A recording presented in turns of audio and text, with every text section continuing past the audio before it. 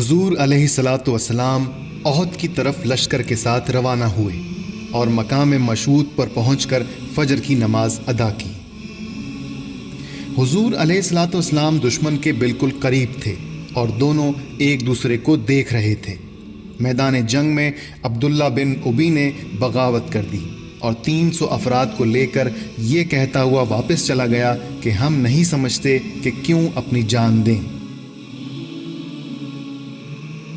حقیقت وہ نہیں جو اس نے ظاہر کی تھی، بلکہ حقیقت یہ تھی کہ وہ اس نازک موڑ پر الگ ہو کر اسلامی لشکر میں ایسے وقت اضطراب اور کھلبلی مچانا چاہتا تھا جب دشمن اس کی ایک ایک نقل و حرکت دیکھ رہا ہو، تاکہ ایک طرف تو عام فوجی حضور علیہ الصلاۃ والسلام کا ساتھ چھوڑ دیں اور جو باقی رہ جائیں ان کے حوصلے پست ہو جائیں، اور دوسری طرف اس منظر کو دیکھ کر دشمن کی ہمت بندھے اور اس کے حوصلے بلند ہوں۔ قریب تھا کہ یہ منافق اپنی اسکیم میں کامیاب ہو جاتا، کیونکہ مزید 2 جماعتوں یعنی قبیلہ اوس میں بنو حارثہ اور قبیلہ خزرج میں سے بنو سلمہ کے قدم بھی اکھڑ چکے تھے اور وہ واپس جانے کی تدبیر سوچ رہے تھے، لیکن اللہ تعالیٰ نے ان کی دستگیری فرمائی اور یہ دونوں جماعتیں دوبارہ جہاد پر آمادہ ہو گئیں۔ جو نقصان لڑائی کے دن تمہیں پہنچا وہ اللہ تعالیٰ کے اذن سے تھا، اور اس لیے تھا کہ اللہ تعالیٰ دیکھ لیں تم میں سے مومن کون ہے اور منافق کون۔ وہ منافق کہ جب ان سے کہا گیا آؤ اللہ تعالیٰ کی راہ میں جنگ کرو یا کم از کم اپنے شہر کی مدافعت ہی کرو، تو کہنے لگے اگر ہمیں علم ہوتا کہ آج جنگ ہوگی تو ہم ضرور تمہارے ساتھ چلتے۔ یہ بات وہ جب کہہ رہے تھے اس وقت وہ ایمان کی بنسبت کفر سے زیادہ قریب تھے۔ وہ اپنی زبانوں سے وہ باتیں کہتے ہیں جو ان کے دلوں میں نہیں ہوتی، اور جو کچھ وہ دلوں میں چھپاتے ہیں اللہ تعالیٰ اس سے خوب جانتے ہیں۔ سورہ آل عمران آیت 166 تا 167۔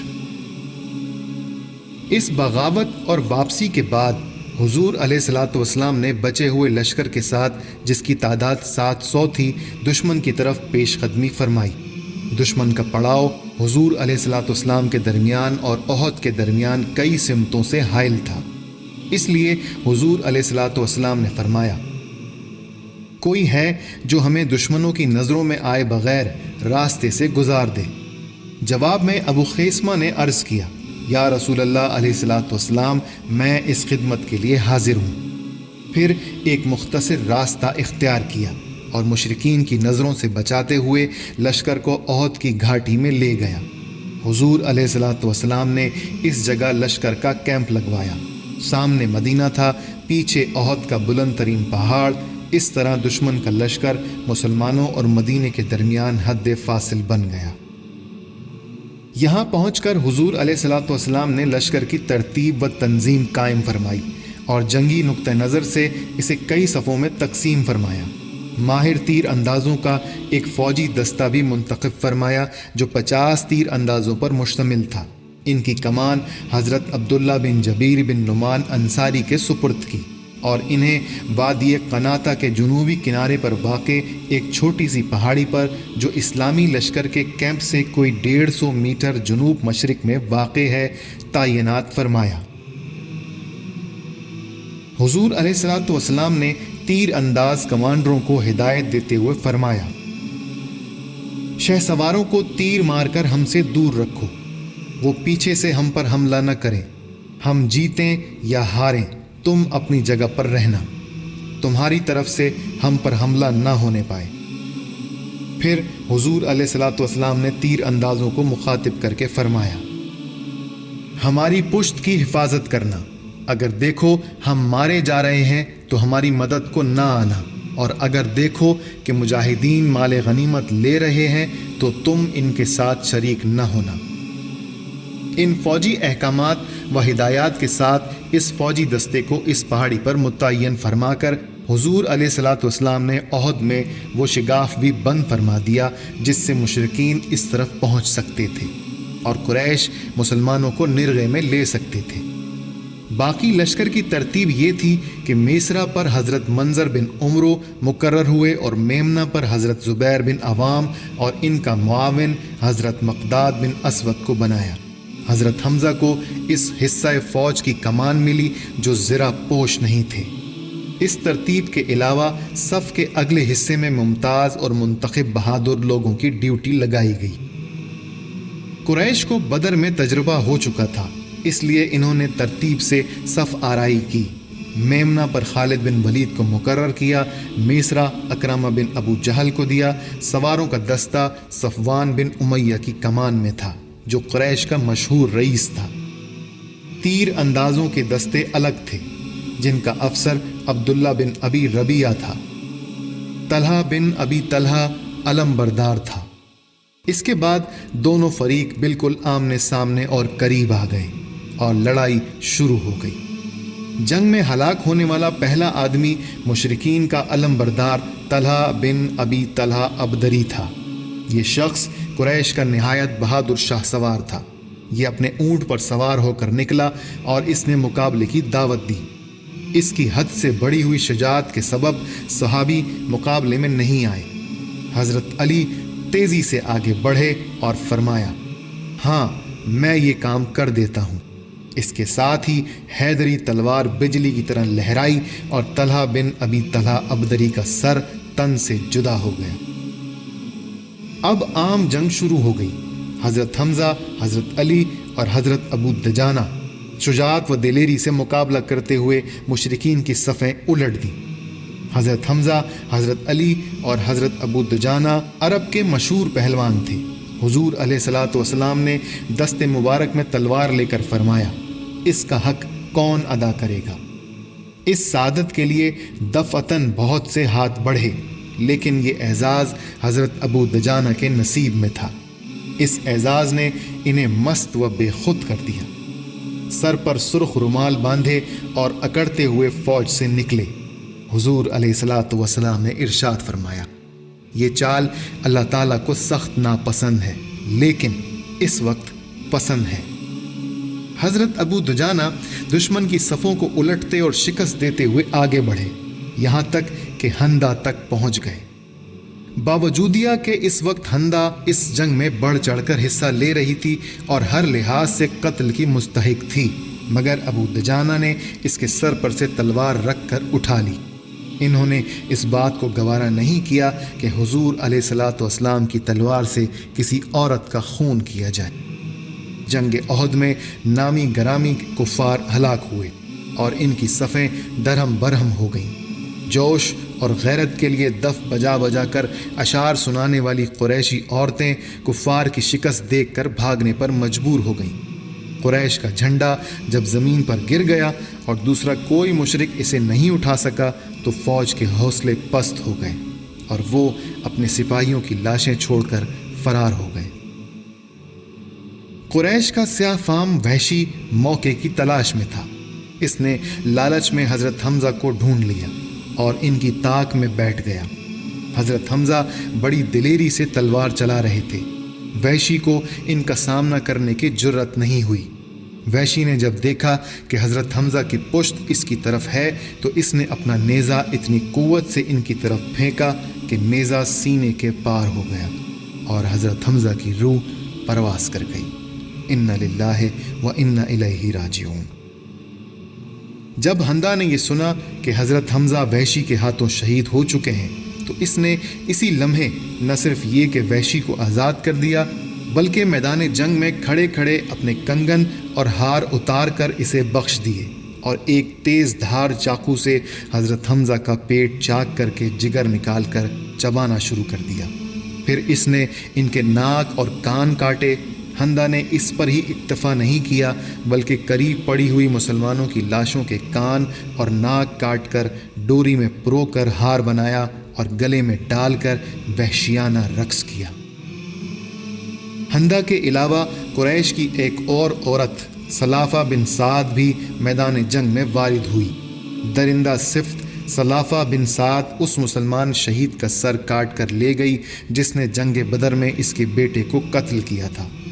بہت مکروہ چیخ میں اس نے کہا، جب تک میں زندہ ہوں اس کھوپڑی کے پیالے میں پانی پیا کروں گی۔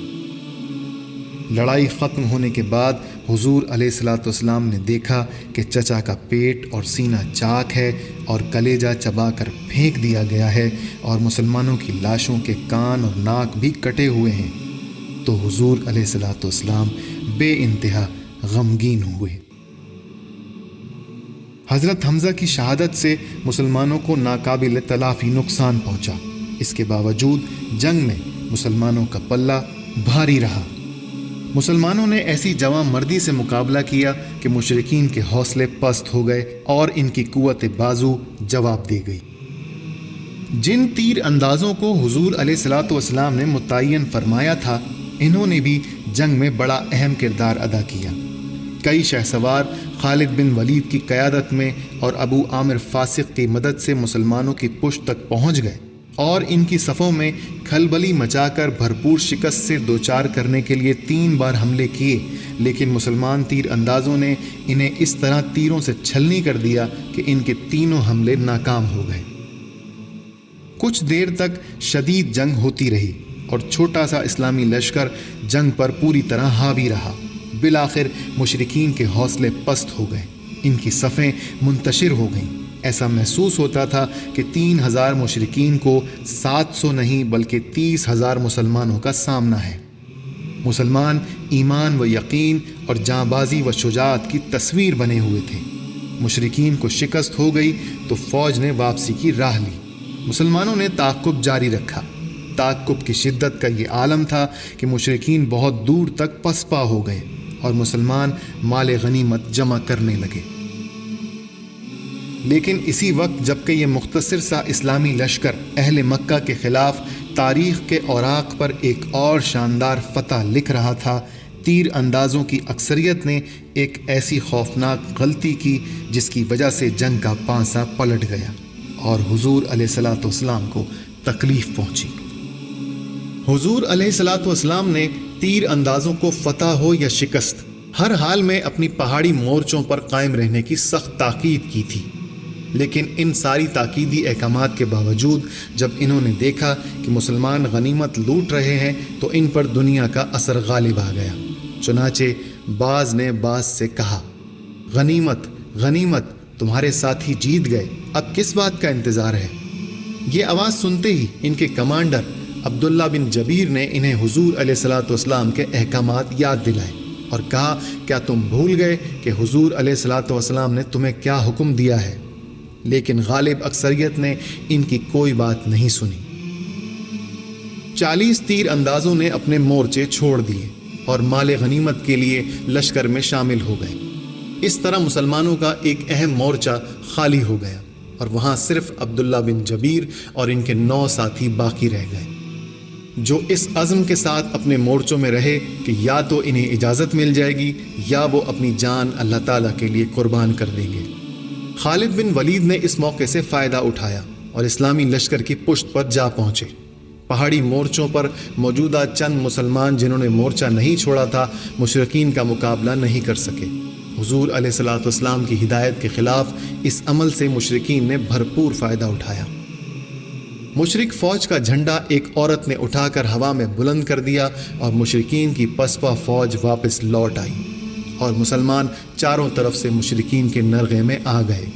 مسلمانوں میں ابتری پھیل گئی اور افراتفری میں مسلمانوں کے ہاتھوں بعض مسلمان مارے گئے۔ اللہ تعالیٰ نے اپنا وعدہ سچ کر دکھایا، جبکہ تم کفار کو اس کے حکم سے قتل کر رہے تھے، یہاں تک کہ جب تم نے پست ہمتی اختیار کی اور کام میں جھگڑنے لگے اور نافرمانی کی، اس کے بعد کر دکھایا اللہ تعالیٰ نے تم کو وہ جو تم چاہتے تھے۔ بعض تم میں سے دنیا کا ارادہ رکھتے تھے اور بعض آخرت کا، پھر اللہ تعالیٰ نے تم کو دشمنوں کی طرف سے پھیر دیا تاکہ تم کو آزمائے، اور بے شک اللہ تعالیٰ نے تم کو معاف کر دیا، اور اللہ تعالیٰ مومنوں پر بڑے فضل والے ہیں۔ سورہ آل عمران آیت 152۔ ایسے میں حضرت موصب بن عمیر جو حضور علیہ الصلوۃ والسلام سے صورت میں مشابہ اور علم بردار تھے، دشمنوں نے انہیں شہید کر دیا، اور کسی نے اعلان کر دیا کہ حضور علیہ الصلوۃ والسلام شہید ہو گئے ہیں۔ اس اعلان سے لشکر آپس میں گڈ مڈ ہو گئے۔ صحابہ کرام اپنے ہوش و حواس صحابہ کرام اپنے ہوش و حواس کھو بیٹھے۔ کافر فوج نے سیدنا علیہ الصلوۃ والسلام کی شہادت کی افواہ پھیلا کر مسلمانوں میں بددلی پھیلا دی تھی۔ حضرت انس بن نصر نے دیکھا کہ چند مسلمانوں نے ہتھیار پھینک دیے ہیں۔ حضرت انس بن نصر نے ان سے پوچھا کہ تم لوگ لڑتے کیوں نہیں؟ مسلمانوں نے جواب دیا، اب ہم لڑ کر کیا کریں گے؟ جس کے لیے لڑتے تھے وہ تو شہید ہو گئے۔ حضرت انس بن نصر نے کہا، اگر واقعی حضور علیہ الصلوۃ والسلام شہید ہو گئے ہیں تو پھر ان کے بعد ہم زندہ رہ کر کیا کریں گے؟ چلو شہادت کے راستے پر قدم بڑھاؤ تاکہ ہم بھی حضور علیہ الصلوۃ والسلام سے جا ملیں۔ یہ کہہ کر جہاد میں شریک ہو گئے اور شہید ہو گئے۔ بعد میں ان کی لاش دیکھی گئی تو اس پر نیزوں، تلواروں اور تیروں کے 80 سے زیادہ زخم آئے تھے۔ جانثار لڑ رہے تھے لیکن نگاہیں حضور علیہ الصلوۃ والسلام کو ڈھونڈ رہی تھیں۔ سب سے پہلے حضرت کعب بن مالک نے حضور علیہ الصلوۃ والسلام کو پہچانا، خوشی سے نعرہ لگایا، مسلمانوں خوش ہو جاؤ، یہ ہیں رسول اللہ علیہ الصلوۃ والسلام، اور محمد فقط رسول ہیں اور ان سے پہلے بھی رسول گزر چکے ہیں۔ کیا اگر یہ مر گئے یا قتل ہو گئے تو تم اپنی ایڑیوں کے بل پھر جاؤ گے؟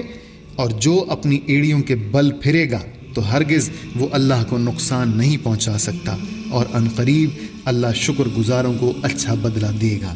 سورہ آل عمران آیت 144۔ یاد کرو جب تم بھاگے جا رہے تھے، کسی کی طرف پلٹ کر دیکھنے تک کا ہوش تمہیں نہیں تھا، اور رسول علیہ الصلوۃ والسلام تمہیں پکار رہے تھے۔ اس وقت تمہاری اس روش کا بدلہ اللہ تعالیٰ نے تمہیں یہ دیا کہ تم کو رنج پر رنج دیے، تاکہ آئندہ کے لیے تمہیں یہ سبق ملے کہ جو کچھ تمہارے ہاتھ سے جائے یا جو مصیبت تم پر نازل ہو اس پر رنجیدہ نہ ہو۔ اللہ تعالیٰ تمہارے سب اعمال سے باخبر ہے۔ سورہ آل عمران آیت 153۔ یہ صدا کفار نے بھی سنی اور وہ مسلمانوں سے پہلے ہی حضور علیہ الصلوۃ والسلام تک پہنچ گئے۔ اس وقت حضور علیہ الصلوۃ والسلام کے قریب 15 صحابہ کرام موجود تھے۔ کفار نے بھرپور حملہ کیا اور اس مارکہ آرائی میں 7 صحابہ شہید ہو گئے۔ مشرکین چاہتے تھے کہ حضور علیہ الصلوۃ والسلام کو شہید کر دیں، لیکن جانثاروں نے اپنی جان کے نذرانے پیش کر کے دشمنوں کو حضور علیہ الصلوۃ والسلام تک نہیں پہنچنے دیا۔ اس حملے میں عتبہ بن ابی وقاص نے سیدنا حضور علیہ الصلوۃ والسلام کی جانب پتھر پھینکا، جس سے حضور علیہ الصلوۃ والسلام پہلو کے بل گر گئے اور حضور علیہ الصلوۃ والسلام کے دندان مبارک شہید ہو گئے۔ حضور علیہ الصلوۃ والسلام کے نیچے کا ہونٹ زخمی ہو گیا۔ ایک مشرک نے حضور علیہ الصلوۃ والسلام کی پیشانی زخمی کر دی، اور ایک مشرک نے اتنی زور سے تلوار ماری کہ حضور علیہ الصلوۃ والسلام عرصے تک کندھے میں چوٹ کا اثر محسوس فرماتے رہے۔ اسی نے دوسرا وار چہرے پر کیا، جس سے خود کی 2 کڑیاں چہرے مبارک کے اندر گھس گئیں اور آنکھ مبارک کے نیچے کی ابھری ہوئی ہڈی پر زخم آئے۔ خون سے لبریز حالت میں بھی حضور علیہ الصلوۃ والسلام فرما رہے تھے، یا اللہ میری قوم کو بخش دے، وہ جانتے نہیں کہ کیا کر رہے ہیں۔ اس نازک ترین لمحے اور مشکل ترین وقت میں اللہ تعالیٰ نے غیب سے مدد فرمائی۔ اللہ تعالیٰ فرماتے ہیں، یہ بات اللہ تعالیٰ نے تمہیں اس لیے بتا دی کہ تم خوش ہو جاؤ اور تمہارے دل مطمئن ہو جائے۔ فتح و نصرت جو کچھ بھی ہے اللہ تعالیٰ کی طرف سے ہے، جو بڑی قوت والے دانا و بینا ہے۔ سورہ آل عمران آیت 126۔ اس موقع پر جانثاری کی اعلیٰ ترین مثالیں سامنے آئیں۔ جس وقت حضور علیہ الصلوۃ والسلام زمین پر گرے، حضرت ابو طلحہ نے حضور علیہ الصلوۃ والسلام کو اپنی آغوش میں لے لیا، اور کافروں کے بیشتر حملے انہوں نے اپنے جسم پر روک لی۔ حضرت ابو دجانہ دشمنوں میں گھرے ہوئے اپنے محبوب پیغمبر حضور علیہ الصلوۃ والسلام تک پہنچے تو حضور علیہ الصلوۃ والسلام کے آگے ڈھال بن کر کھڑے ہو گئے اور تیروں کی برسات کو روکنے کے لیے اپنی کمر کو ڈھال بنا دیا۔ حضرت طلحہ تیروں کے آگے اپنا ہاتھ رکھ دیتے تھے، اس طرح ان کا ایک ہاتھ شل ہو گیا۔ اس دن ان کے جسم پر 70 کے قریب زخم آئے۔ ایک زخم سر پر لگا جس سے بے ہوش ہو کر گر پڑے۔ حضرت ابو بکر صدیق کہتے ہیں کہ میں حضور علیہ الصلوۃ والسلام کے لیے پانی لایا تو حضور علیہ الصلوۃ والسلام نے فرمایا جا کر طلحہ کو پلاؤ۔ میں طلحہ کے پاس گیا تو وہ بے ہوش تھے اور زخموں سے خون بہہ رہا تھا۔ میں نے ان کے چہرے پر پانی چھڑکا تو ان کو کسی قدر افاقہ ہوا اور ہوش میں آنے پر پہلا سوال یہ کیا کہ رسول اللہ علیہ الصلوۃ والسلام کا کیا حال ہے؟ حضرت ابو بکر صدیق نے فرمایا حضور علیہ الصلوۃ والسلام خیریت سے ہیں اور حضور علیہ الصلوۃ والسلام نے ہی مجھے آپ کے پاس بھیجا ہے۔ یہ سن کر ان کے چہرے پر رونق آ گئی اور کہا حضور علیہ الصلوۃ والسلام کے ہوتے ہوئے ہر مصیبت آسان ہے۔ حضور علیہ الصلوۃ والسلام نے ثابت قدمی کے ساتھ پہاڑ کی گھاٹی یعنی کیمپ کی طرف بڑھنا شروع کر دیا، مگر چونکہ اس واپسی کے معنی یہ تھے کہ مشرکین نے مسلمانوں کو نرغے میں لینے کی جو کارروائی کی تھی وہ بے نتیجہ ہو جائے، اس لیے مشرکین نے واپسی کو ناکام بنانے کے لیے حملے جاری رکھے، مگر حضور علیہ الصلوۃ والسلام نے مشرکین کے ہجوم میں راستہ بنا لیا اور اللہ تعالیٰ نے انہیں محفوظ فرما دیا۔ اس غزوہ میں مسلمان خواتین نے بھی شرکت کی۔ حضرت عائشہ اور حضرت انس کی والدہ ام سلمہ زخمیوں کو پانی پلاتی تھیں۔ حضرت انس کا ارشاد ہے میں نے حضرت عائشہ اور ام سلمہ کو دیکھا کہ پائنچے چڑھائے ہوئے مشک بھر بھر کر لاتی تھیں اور زخمیوں کو پانی پلا رہی تھیں۔ مشک خالی ہو جاتی تو جا کر دوبارہ پانی لے آتی تھیں۔ صحیح بخاری۔ عین اس وقت جب کہ کافروں نے حملہ کر دیا تھا اور حضور علیہ الصلوۃ والسلام کے ساتھ چند جانثار صحابہ کرام رہ گئے تھے، حضرت ام عمارہ حضور علیہ الصلوۃ والسلام کے پاس پہنچی اور حضور علیہ الصلوۃ والسلام کے لیے ڈھال بن گئی۔ کفار جب حضور علیہ الصلوۃ والسلام کی طرف تیر چلاتے تھے تو حضرت ام عمارہ ڈھال پر تیر روکتی تھی۔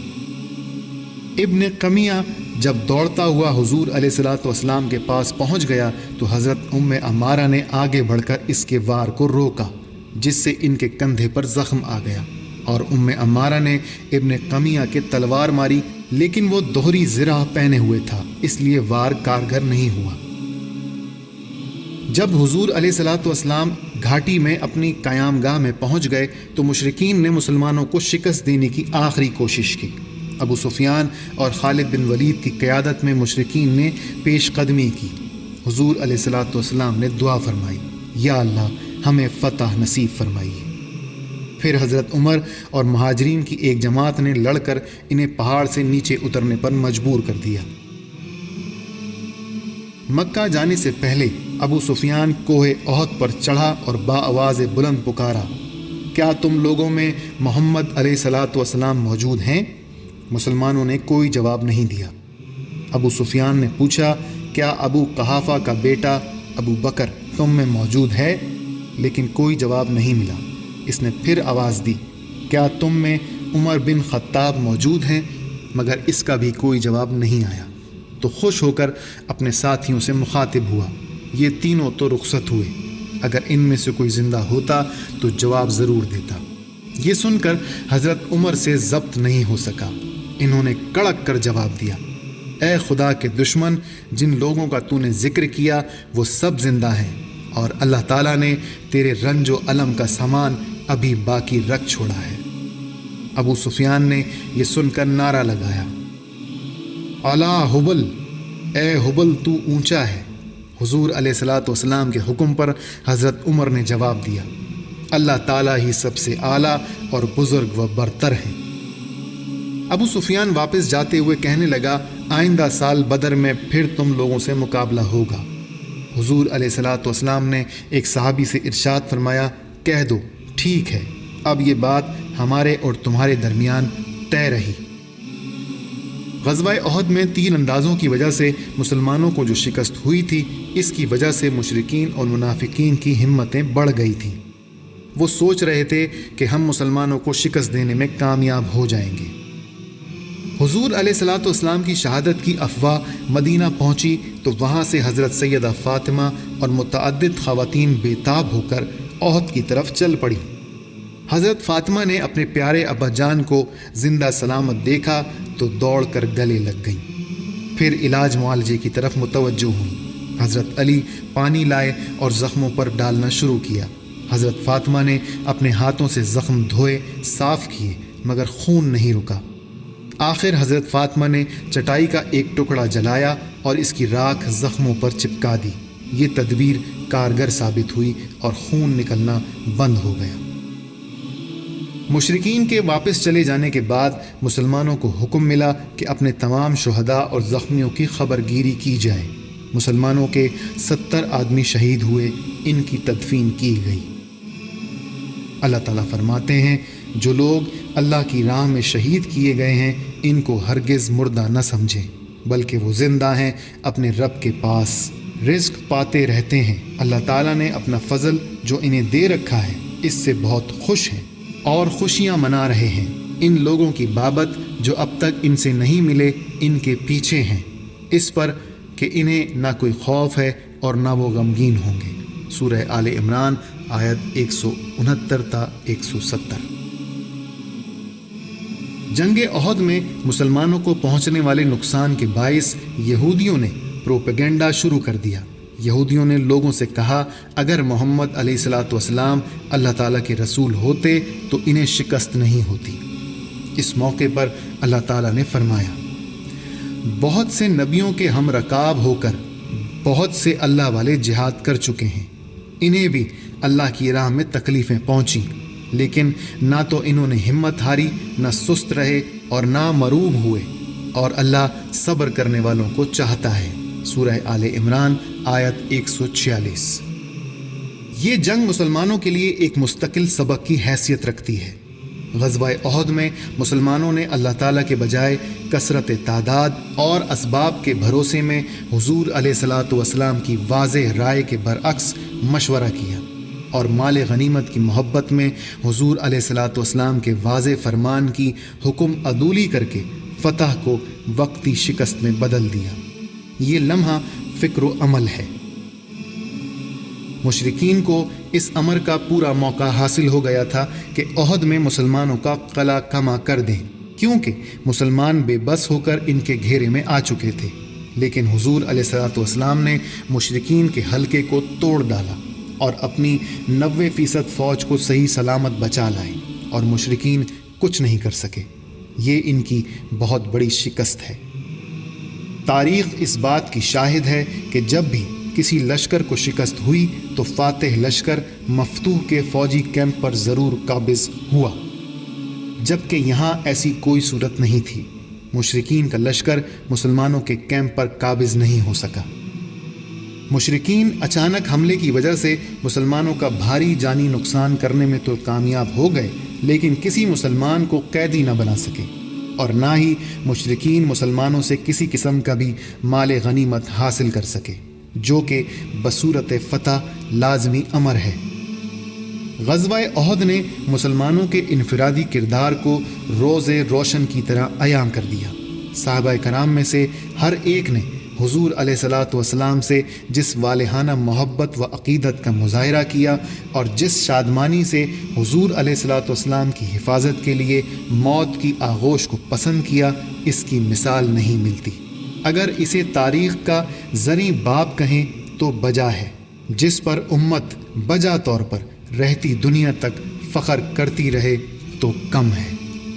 اللہم صلی علی سیدنا